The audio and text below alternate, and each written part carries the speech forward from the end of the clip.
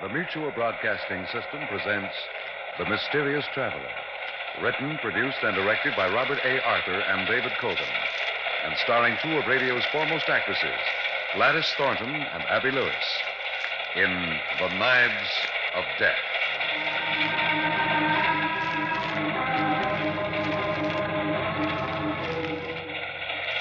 This is the Mysterious Traveler, inviting you to join me on another journey into the realm of the strange and the terrifying.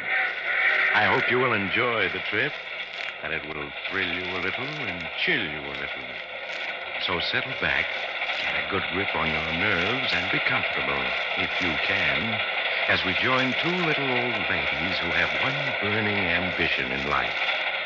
They want to solve a murder. It's a story I call The Knives of Death.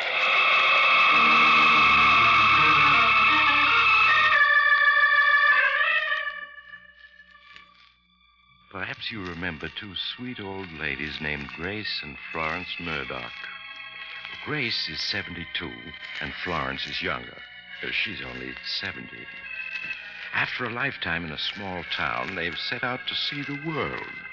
Well, up to now, their only recreation has been reading mystery stories. Now they're determined to find real adventure and not just read about it. In their hotel room high above New York, Grace Murdoch is looking out at the great city below them with eager anticipation. New York, Florence, think about it. We're in New York. I don't have to think about it, Grace. I know we're in New York. Oh, look at the lights, the enormous buildings, the traffic. Florence, think of the adventures waiting for us down there. The people we'll meet.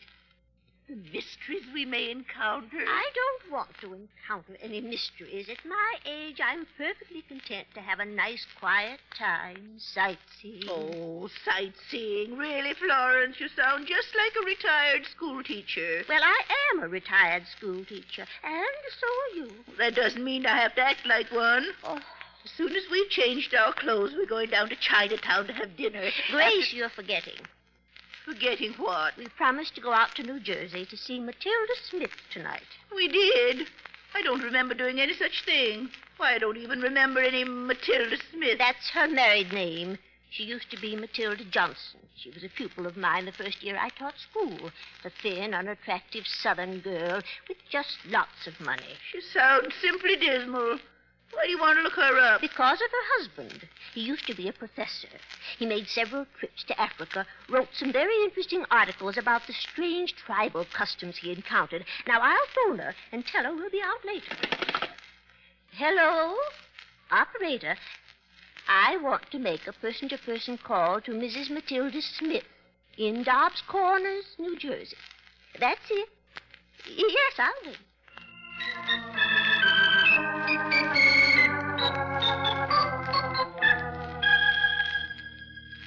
There, that's it. The chairs are all in place. Now the table to hold my notes. Will you help me move it, Matilda, my dear? But be careful of the African knife. It might... Oh, Maximilian. It almost hit my foot. I told you to be careful, my dear. There, I have it. Oh, what a beauty it is. Sharp as a razor. And notice the carvings on the blade. The greatest witch doctor in Africa made this knife. I don't want to hear about it. And I forbid you to talk about it tonight, do you hear? I forbid you. But our little gathering tonight is for the express purpose of hearing my talk on the worship of death among the Dambongi savages of Africa. And a very select group it is. The leading grocer and his wife, the owner of the local garage and his wife, Chief of Police Hoffman, all our very best neighbors. You can talk about something else. Why do you have to talk about death all the time? Death, death, death. You know how it frightens me to think about it. But we discussed all that, my dear. And we agreed that the only way to overcome this morbid fear of yours is to face it. Now, what is death? It's just a word. Nothing to be afraid of. We all must die in time, some of us sooner than others, but there's no need to cower in fear of the inevitable. Don't. But, Matilda, You're just talking this way to torture me. You want me dead. You'd kill me if you dared, but you don't dare.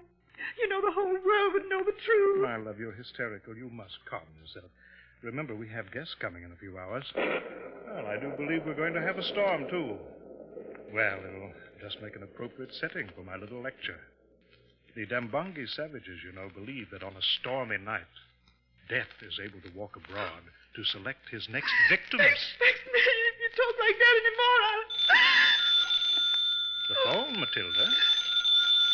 Hadn't you better answer it? Yes. Oh, Florence Murdoch.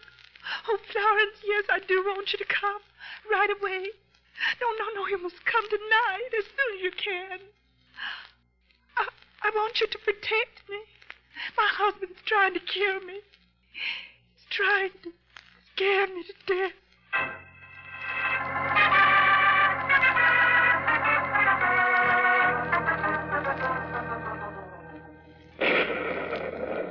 Oh, goodness, what a night.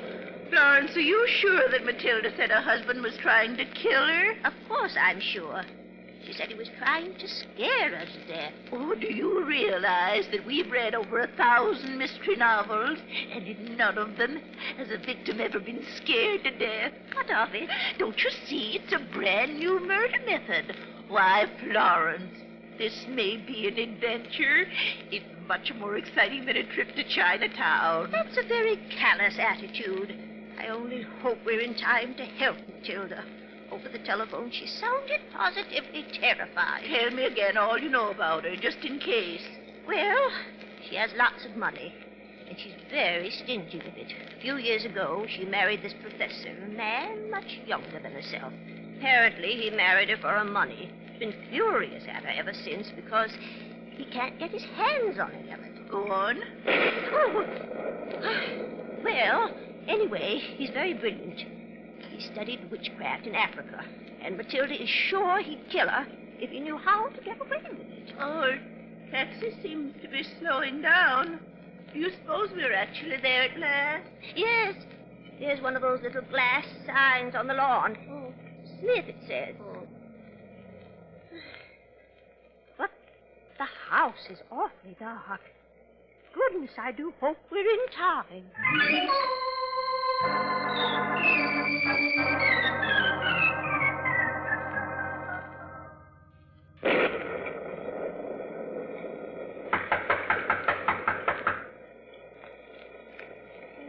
Is anyone home? They're an awful long time answering. Matilda said the professor was giving a talk tonight to some friends. Maybe they don't hear us.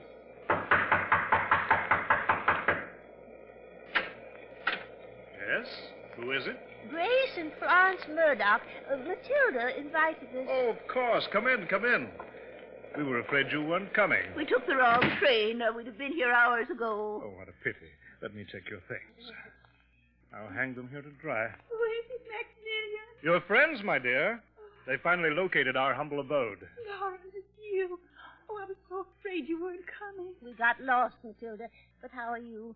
Are you all right? No, I'm not all right. I'm frightened. Oh, I'm so... My dear, you must control yourself. I hope you'll understand about Matilda, dear ladies. She hasn't been herself of recent months. She's obsessed with the notion she's going to die. Don't say it. I forbid you to speak that word. You see, she has a death phobia. The very word upsets her. And most unfortunately, this evening I was asked to lecture on the worship of death among the Dambongi savages. A fascinating topic. Death to the Dambongis is a living creature. The thunder is the echo of his footsteps. No, Ted. Make him stop, Florence. Make him stop. He's trying to kill me. He's trying to frighten me into dying. Matilda. There, now, it's all right. Really it is. Professor Smith. Matilda should be in bed. She needs a sedative. Just what I told her. Oh. But she insisted on staying up to greet you. Her room is right here. If you could persuade her... I will. Matilda, come with me. I'm going to put you to bed, do you hear? Then you'll be all right. Oh, such a pity, my wife's affliction. But I'm sure her old friend will be good for her, Miss Grace. Now, we were in the midst of my little talk. If you care to come into the living room and join us, I'll continue.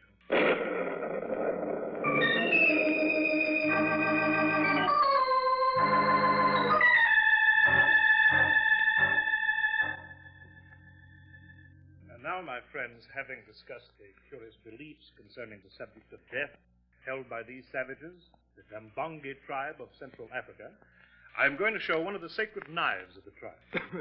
I'll hold it up here. Notice the tremendous blade, razor sharp, and the curious carvings on it.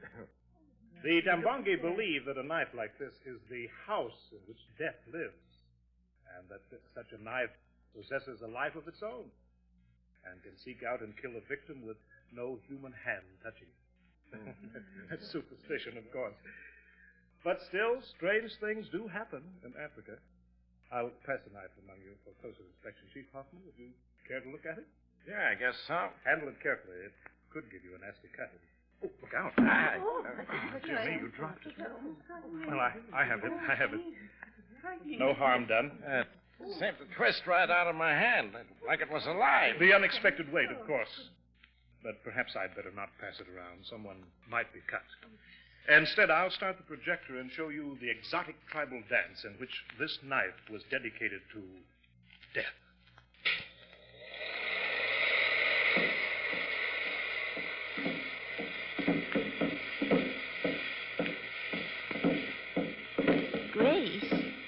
Grace, where are you? Here, to the left of the door. Oh, I couldn't see you. Sit down. How's Matilda? She's asleep. I gave her a tablet. Grace, she's frightened. She swears he'd kill her if he did. Did you lock her door? Yes, I turned out the light. Then I set the catch so the door locked automatically. Why? Because this husband of hers is up to something. I don't know what. But all this talk about the death worship of Dambongi savages and the rest of it, it's pure hocus pocus. You mean it's not true? Oh, not a word of it. There's no such tribe. Look at that film. It's just an ordinary tribal dance. But he has all these people in here, their neighbors, sitting on the edge of their chairs. Then he's up to something. Yes, so we'll just stay here with Matilda tonight. Tomorrow we'll discuss what's to be done. With the door locked, she should be safe enough. Yes. The window's locked, too, because of the storm. Nobody could possibly get into that room. There, the dance is over. I'll shut off the projector. Turn up the lights. Now, friends, if any... Now, what was that? What was that? What was it? Grace, that was Matilda. Please, everyone, remain calm. My wife may have been having a nightmare. It was no nightmare, Florence. It certainly was not, Grace. Come on. We must see what's happening. Please, dear ladies, don't alarm yourselves. Poor Matilda frequently has nightmares. Well, that doesn't sound like a nightmare to me, Professor. No, me either. Oh, I forgot. I locked her door just now. I'm sure she's all right. But just to make certain. Matilda, my love. She doesn't answer. Then perhaps we had better break the door down. Chief Hoffman, if you'll help me. Yeah, sure. Then come on. Once. Twice. All right, now once more. That does it. Now let me find the light switch here. Oh, she's dead. She's lying right in the middle of the bed where I left her. Only now she's dead. With one of those African knives straight through her heart.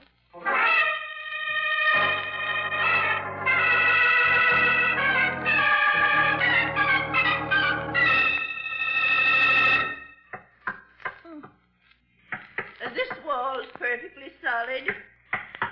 Yeah, this one is, too. Well, it beats me. The walls are solid, the windows are locked, and we know the door was locked because we had to break it down. And still somebody got in and killed poor Matilda. But how? It's extremely puzzling. More than puzzling, my dear Miss Murdoch. Impossible. Surely by now it's obvious that at last Matilda could endure her terror no longer and ended it by seeking the very death she feared. Nonsense. You mean you don't think so? Of course not. I've known Matilda since she was a girl. She was always emotional. She certainly wouldn't kill herself. Florence is quite right. Nobody who worries so much about dying ever kills himself. Then, my dear ladies, we have an impossibility. If in this tightly locked room my wife didn't kill herself and wasn't killed, what other answer remains? I don't know yet. If we rule out those two possibilities, we're left with a picture of a huge African knife, dedicated to death by the mystic spell of an African witch doctor rising in the darkness, floating through the air, and plunging itself into its victim's heart. Nah, she killed herself. That's what I say. I stick to it. Just how did that knife that killed Matilda get in this room? I don't think that's been explained. I brought back a pair of them from Africa. They're very rare and extremely valuable. One I kept, one I presented to my wife. She kept it in here, on her dresser. I would hardly expect her to keep something she dreaded so much in her room. Because of the value of the knife. Matilda, for all her wealth, was extremely close-fisted. Anything valuable she liked to keep close to her. There's one thing you men are overlooking. Yeah, Miss Murdoch? I helped Matilda to bed. I saw her take a sleeping potion just before I turned out the light. Then she couldn't have killed herself. The medicine would have put her to sleep too quickly. Just what I was trying to point out. Well, Professor, what do you say to that? What can I say, dear lady? Only what I've said before. Here in this locked room was a knife, animated by the very spirit of death himself. The storm is raging outside. The sleeping spirit in the knife stirs. The knife moves. Now, this is Dobbs Corners, New Jersey, not Africa. That kind of stuff don't happen here. I say she killed herself. It's the only way it could have happened. And I'm going home. I decided there ain't no case here for the police, and that's that. Yes, of course, you're right. It couldn't have happened any other way. I'll see you to the door and tell my other guests that they're at liberty to go home. You will all understand that I want to be alone with my grief. Well, Grace, you wanted adventure tonight. I guess you've gotten it. Poor Matilda. That monster murdered her. The least we can do is avenge her by proving it. If he murdered her, I'm sure I don't know how. He was out in the other room talking to us when she died. Yes, he was just turning up the lights when she screamed. Oh, but we must try. There's the knife he was showing us there on the table in the hall. Get it for me, will you? All right, though I can't imagine why you want it. Here it is. Now, bring it over here to the bed. There now. Hold the knife close to the one that killed Matilda. I want to make sure they're identical. Very well, Grace. Grace! What, Florence? This knife in my hand. It moved all by itself. Look, I'll show you. I'll hold it close to the first knife like this and... See? It practically jumped to touch the other knife. That's very strange. Let me try it. You're right. There's a strong and definite attraction between these two knives. As if there was something living in them, just like Professor Smith said. Yes, and I think I know what it is. Oh, the lights almost went out then. Yes, lightning struck the wires. But, Florence... Yes, Grace? I need 10 minutes. Go out and somehow try to keep the professor from interrupting me for that long. But how? Oh, how do I know? Use your feminine wiles on him. I never learned any. That's why I'm an old maid. Then faint or do something, anything. But I need 10 minutes to discover the kind of black magic Professor Smith used to kill Matilda without ever coming near her.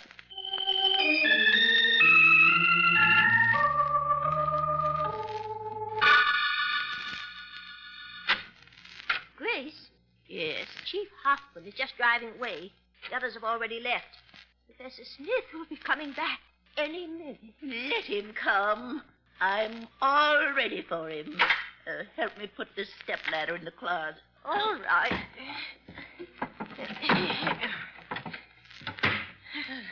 But what in the world were you doing with the stepladder? I found it in the hall, and I was using it to practice black magic.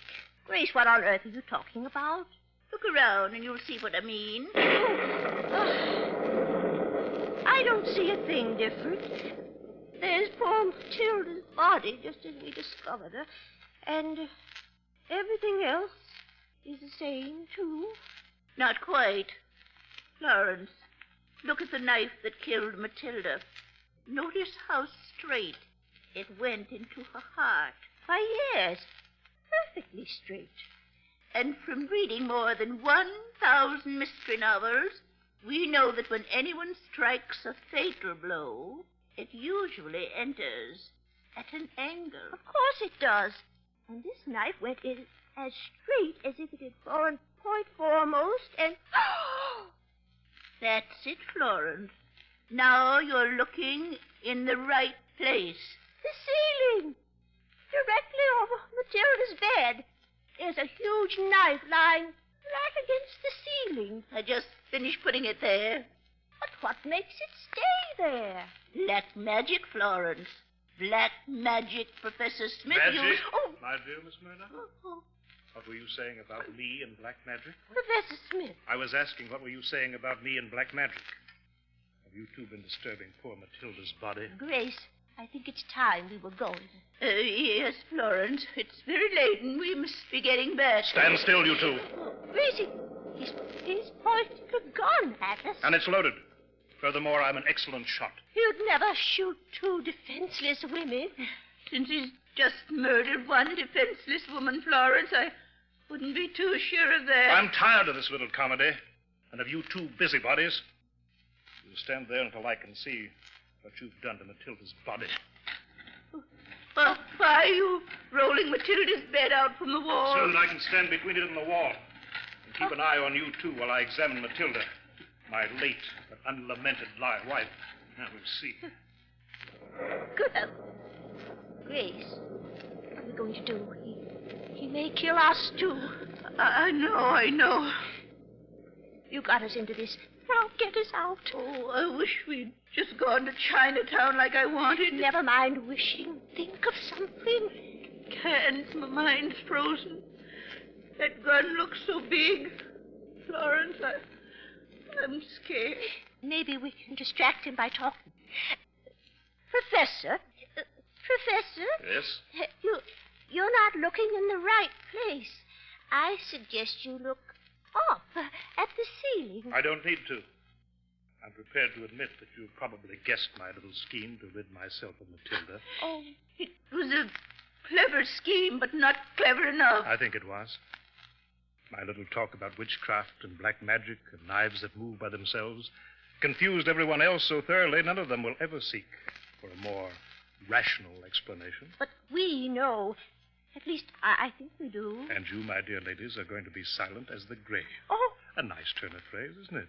Silent as the grave? You're going to kill us? As soon as the next clap of thunder comes to drown out the noise of the shots. Oh, no. Why, we have tickets for a round-the-world voyage, and we haven't even started. You'll not need them, I assure you. You'll be caught. I never read a mystery yet where the killer wasn't caught. How different life is from books. You see, there's a pool of quicksand a mile from here in the swamps. Your bodies will go into that pool, and you'll never be found again. Particularly as no one is likely to come looking for you. Oh, dear. We won't even have a headstone. And I always hated swamps so. Florence, stop. The lights have gone out.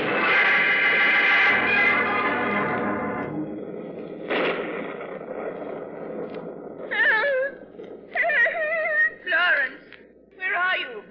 Florence. I'm here. Help. Help. He's got me.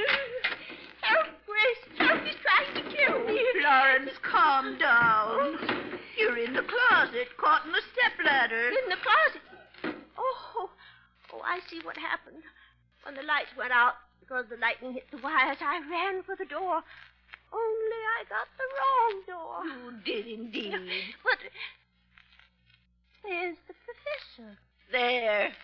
There on the floor beside Matilda's bed. With a knife in his back. Yes, Florence. He's dead, thank goodness.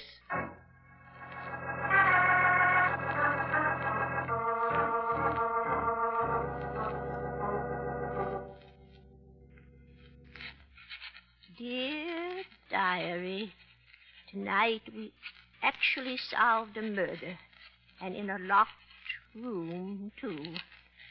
The manner in which we solved this dastardly crime.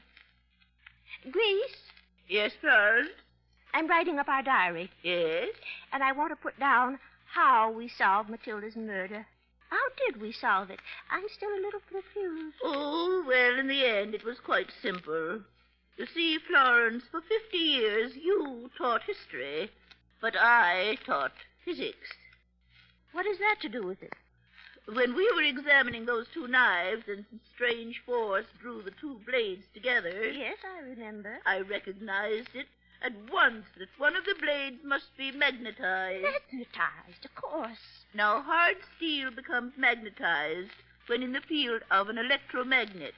So I reasoned there was a magnet somewhere in the ceiling. And when we got Chief Huffman to come back, he found it under the floor of the room above, directly over Matilda's bed. So all Professor Smith had to do was to switch on the electromagnet, then place the knife against the ceiling, and it stuck there? Exactly. You helped Matilda to bed. Neither of you noticed the knife because the room was lighted only by a small bedside lamp. Then 10 minutes later, in the living room, the professor pretended to switch on the lights. At the same time, he pressed the switch that controlled the electromagnet. And the knife fell and plunged straight into Matilda's heart. Poor thing. But how did the professor get killed? You kind of slurred over that in telling Chief Hoffman what happened. Why, in testing the apparatus, I put the second knife against the ceiling, and the electromagnet held it there. Yes? Then the professor came in and stood under it while he pointed his gun at us and waited for a flash of lightning. That was like a bad dream. But when the lightning came, the flash blinded him. We ducked. The lightning itself struck the wires, cutting off the current and causing the electromagnet to cease working. So that the knife fell and killed the professor.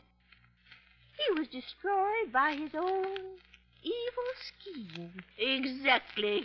By his own black magic, it killed him. You might even say he was executed by heaven itself.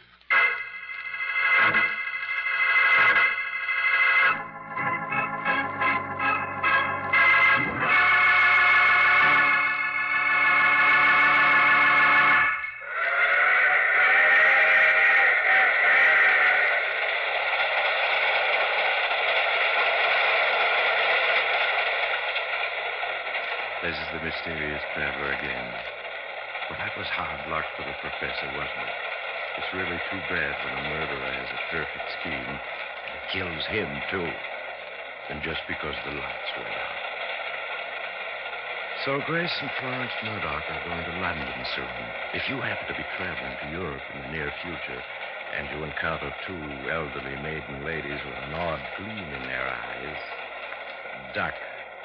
Because you may be involved in a murder before you know it.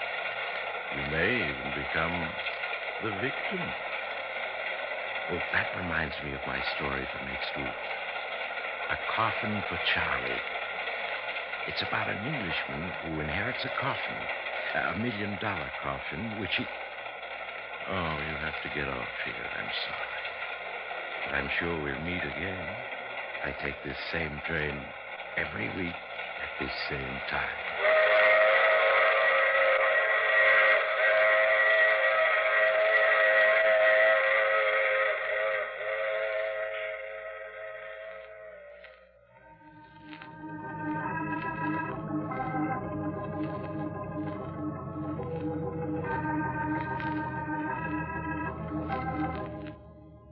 You have just heard The Mysterious Traveler, with the title role played by Maurice Tarplin.